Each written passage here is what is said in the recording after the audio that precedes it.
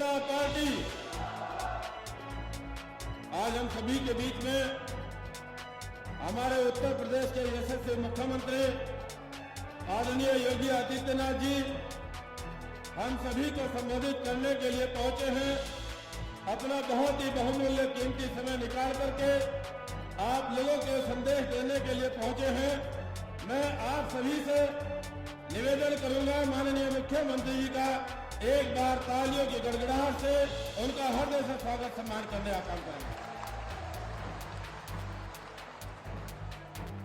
हमारे बीच में उपस्थित माननीय मंत्रीगण, माननीय विधायकगण और हमारे सभी पार्टी के वरिष्ठ साथीगण, क्योंकि समय का अभाव है, समय के अभाव में मैं सारी बातें चंद शब्दों में ही कहना उचित समझूंगा। साथियों, ये लोकसभा का चुनाव आप लोगों के लिए बहुत महत्वपूर्ण है। लोकसभा के चुनाव को लेकर के देश की सबसे बड़ी पंचायत का चुनाव होता है। जब देश की सबसे बड़ी पंचायत का चुनाव हो तो हम लोगों का भी कर्तव्य बनता है, दायित्व बनता है, उस निर्वहन को, उस जिम्मेदारी की निर्वहन को आप लोग बखूबी रूप से निभाने का काम करेंगे। इन सभी बातों को लेकर के आगे बढ़ने का काम करेंगे, क्योंकि एक वातावरण था जिस समय समाजवादी पार्टी की सरकार यहाँ पर होती थी। समाजवादी पार्टी की सरकार के दौरान का वातावरण आज हम सब लोगों को भली भांति याद भी है, क्योंकि न महिलाएं बाजार में जा सकती थी, न लड़कियां स्कूल में जा सकती थी, न किसान खेत में जा सकता था, न व्यापारी दुकान पर बैठ सकता था, न व्यापार को आगे बढ़ाने का काम कर सकता था। और व्यापारियों के साथ किस प्रकार का वातावरण यहाँ देखने को मिला, ये किसी से छुपी हुई बात नहीं है। साथियों, जब से आप लोग उत्तर प्रदेश के अंदर आदरणीय योगी जी की सरकार बनी, उत्तर प्रदेश के सरकार बनने के बाद और किस प्रकार का वातावरण आज यहाँ से खुशहाली का देखने को मिला, किस प्रकार का वातावरण आज यहाँ से आगे बढ़ने को लेकर के मिला, किस प्रकार से यहाँ पर अच्छी अच्छी सड़कें बनने का काम हुआ, किस प्रकार से यहाँ बिजली की व्यवस्था को ठीक करने का काम किया गया, किस प्रकार से अंतिम पायदान पर बैठने वाले व्यक्ति को योजनाओं का लाभ देने का काम किया गया। साथियों, देश की सरकार को 10 साल पूरे हो गए और 10 साल से आप लोगों की सरकार चल रही है। आदरणीय मोदी जी ने देश के भले के लिए, देश की उन्नति के लिए और देश को ऊंचाइयों तक पहुंचाने में कोई भी कोर कसर बाकी नहीं छोड़ी। साथियों, आप लोगों से निवेदन करना चाहूंगा, बातें बहुत सारी हैं, बहुत सारा विस्तार से भारतीय जनता पार्टी का एजेंडा आप लोगों के सम्मुख है, भारतीय जनता पार्टी की उपलब्धियां आप लोगों के सम्मुख है। केवल और केवल इतना ही जानना चाहूंगा, जो दल आज आप लोगों के सामने चुनाव लड़ने का काम करे, उस दल के लोगों से केवल एक ही बात पूछ लेना कि जिस समय आप लोगों के दल की सरकार होती थी, अपने दल की सरकार के दौरान की एक उपलब्धि बता दें। एक भी उस दल की उपलब्धि नहीं मिलेगी।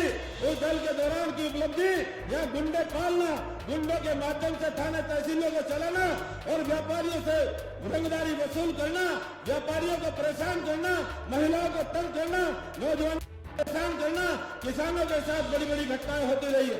साथियों, आज हम सब लोगों को अच्छे वातावरण में काम करने का अवसर मिला। इस वातावरण को लेकर के आगे बढ़ने का काम करना, बड़ा लक्ष्य आप लोगों के सामने है। जब बड़ा लक्ष्य सामने होता है तो छोटी छोटी बातों को दूर करना हमारे लिए जरूरी हो जाता है। इसलिए सम्मानित साथियों, आप लोगों को मैं निवेदन करना चाहूंगा, क्योंकि इस 5 साल के दौरान, इन 5 सालों में मेरे द्वारा जो भी मैंने अच्छा मैं कर सकता था, वो मैं परिणाम आप लोगों के लिए देने का काम किया। कोशिश मैंने हमेशा आप लोगों के सम्मान को लेकर के आगे करने का काम किया जाता रहा। क्षेत्र के अंदर विकास कराना वो हमारी हमेशा प्राथमिकता में रही है। आगे भी इसी प्रकार से करने का काम किया जाता रहेगा।